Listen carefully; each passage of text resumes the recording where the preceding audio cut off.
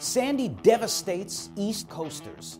Their kids learn to cope, and Americans don't make it to the polls.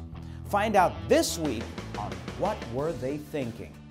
Hundreds of thousands of people along the eastern seaboard are still in a state of shock due to the effects of Superstorm Sandy.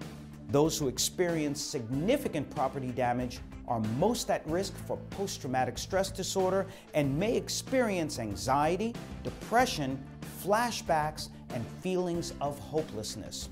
However, anyone going through a storm like this is subject to feelings of depression and stress, realizing the profound losses that Sandy brought. If you feel traumatized or stressed, get help. Studies show the quicker you get counseling after a traumatic situation, the quicker your emotional recovery. The Red Cross, New York City Medical Reserve Corps, and other organizations can offer therapy and help. Talking is a healthy way to share experiences and relieve anxiety. Knowing you're not alone is half the battle won.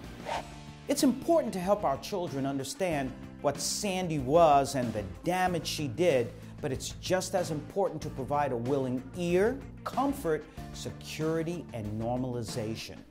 Both children whose families experienced major and minor loss may feel disoriented and anxious.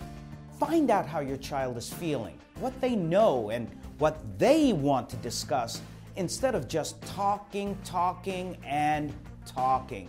Instead, listen so they can release the emotions they're feeling right now. Show your emotions and grief, but at the same time, show that while we mourn our losses, we can start to look forward to rebuilding. Let them get involved. If your child is interested, find a volunteer group to participate with. It lets them know they're part of a world that can benefit from their help. Many East Coasters had a tough time at the polls due to complicated logistics or because they're still overwhelmed by the toll that Superstorm Sandy took. Post-election, non-voters may experience guilt, especially if their candidate didn't win. If this is you, try not to beat yourself up. Sure, maybe we all could have tried harder, but for some, the emotional toll of Sandy is still too overwhelming. And it's understandable that maybe there wasn't enough mental strength to cast a ballot. Instead, use this as a reminder to be sure and vote next time.